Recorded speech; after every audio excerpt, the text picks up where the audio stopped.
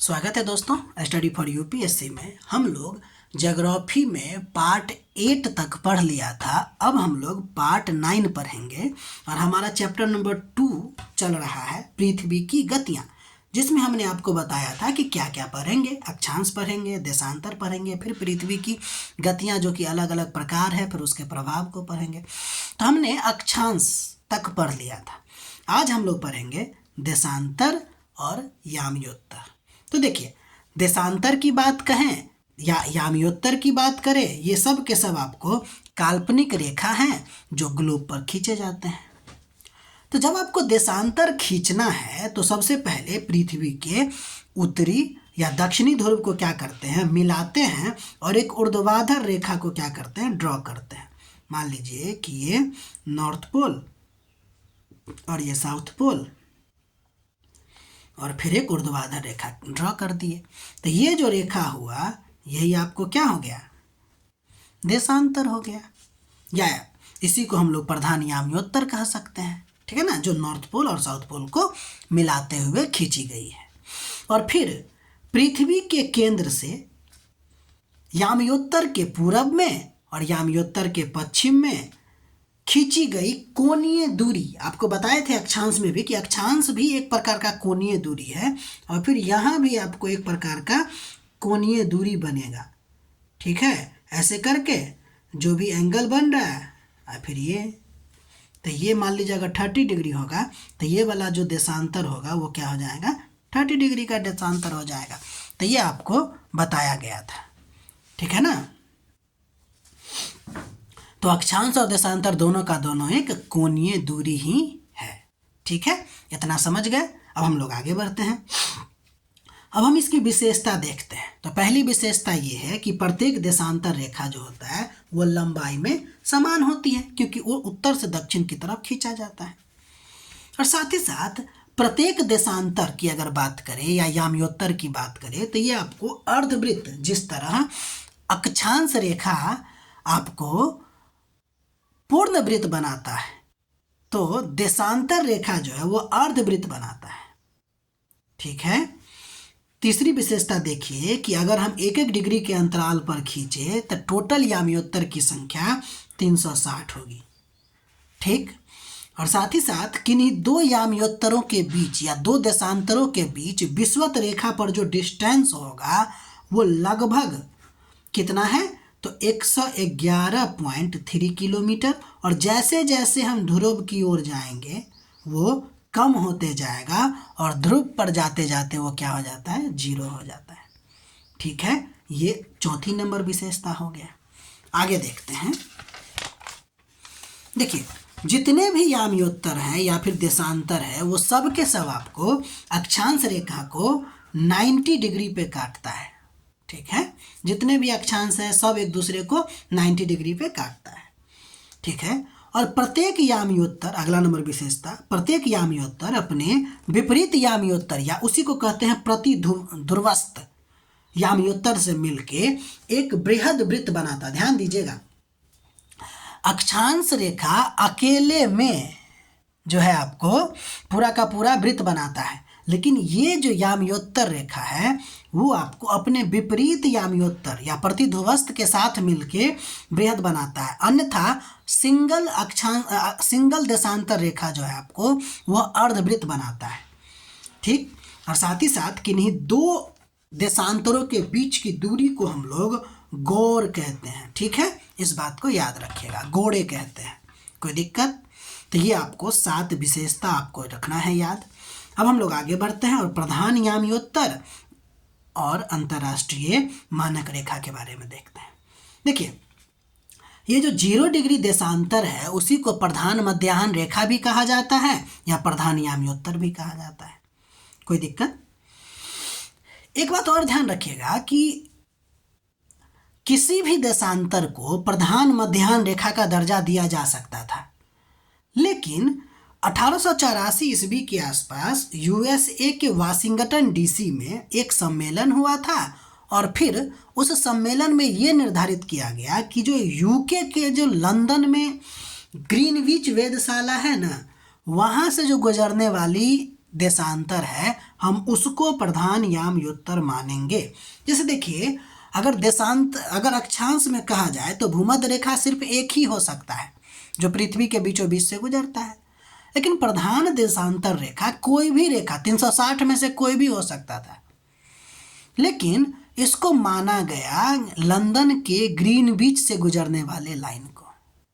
ठीक, अब इस लाइन के आधार पर जो यानी कि समय निर्धारित किया जाता है उसको मानक समय कहा जाता है, यानी कि वह समय जिसका निर्धारण मानक समय रेखा के सापेक्ष किया जाता है उसको हम लोग क्या कहते हैं, मानक समय कहा जाता है। ये सब ना ज़्यादातर फैक्ट ही है, समझ में आ रही बात, इसलिए इस सबको लिखते चलिएगा, गौर करते चलिएगा। ठीक है, अगर आप लोग से पूछा जाएगा मानक समय क्या होता है तो प्रधान मध्याह्न रेखा पर जो समय होता है उसी को हम लोग मानक समय कहते हैं। और इसके सापेक्ष प्रत्येक देश को अपना एक क्या करना पड़ता है कि मानक रेखा को निर्धारित करना पड़ता है, और उस पे जो टाइम होगा वो उस देश का मानक समय होगा। ठीक है, बाकी ये पूरे विश्व के लिए है।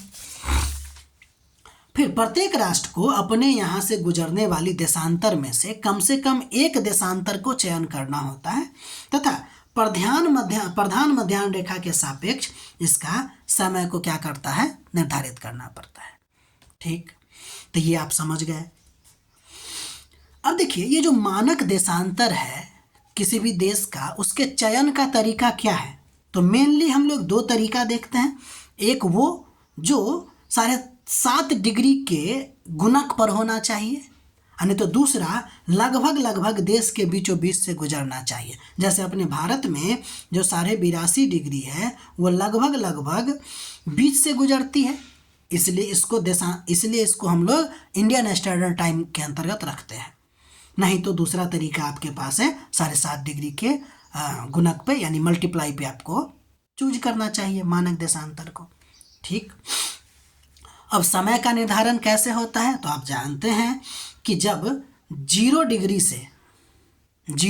से हम पूरब की तरफ बढ़ते हैं, ठीक है, तो क्या करना पड़ता है, समय में उतना ऐड करना पड़ जाता है, और जब हम पश्चिम की तरफ बढ़ते हैं तो उतना घटा देते हैं। जैसे हम लोग जो है आपको यहाँ कहीं पढ़ते होंगे 82.5 डिग्री या 82.5 डिग्री ईस्ट, तो चूंकि मान लेते हैं कि अगर 0 डिग्री देशांतर पे 12 बज रहा है तो हमारे यहाँ कितना बजेगा, तो चूंकि हम लोग 5 घंटा के अंतराल पर हैं तो यहाँ पे आपको 5:30 बज रहा होगा।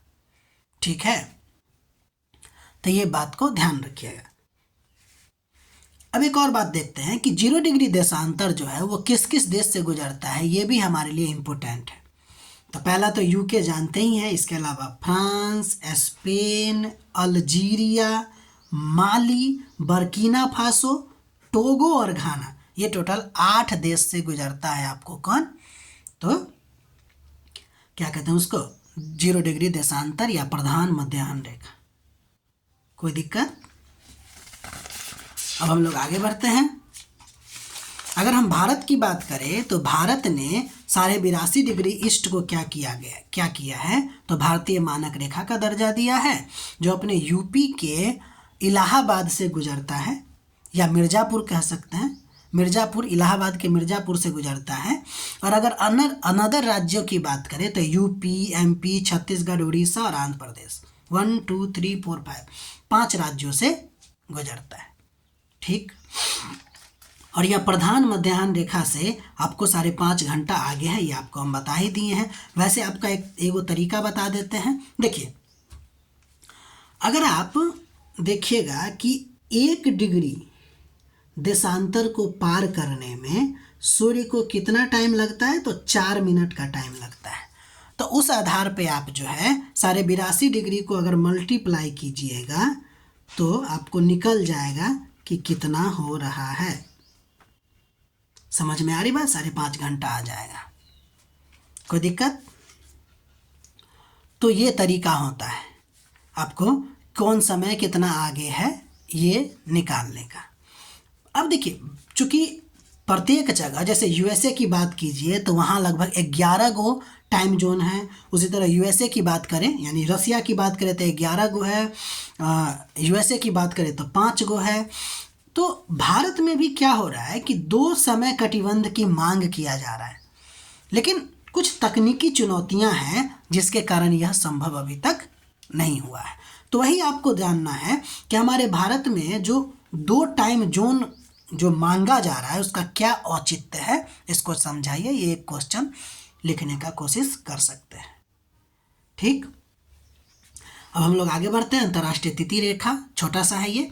तो देखिए 180 डिग्री याम्योत्तर या 180 डिग्री देशांतर को, अच्छा ध्यान दीजिएगा, हम लोग लिखने के दौरान 180 डिग्री ईस्ट और 180 डिग्री वेस्ट लिखते हैं, लेकिन ये दोनों एक ही रेखा है, इसलिए हमने सीधे 180 डिग्री लिखा है।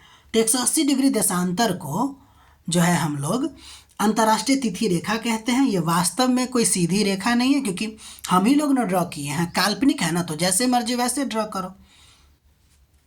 यह सीधा ना होकर टेढ़ा मेढ़ा रेखा है और यह पूरी तरह से प्रशांत महासागर से होकर गुजरता है।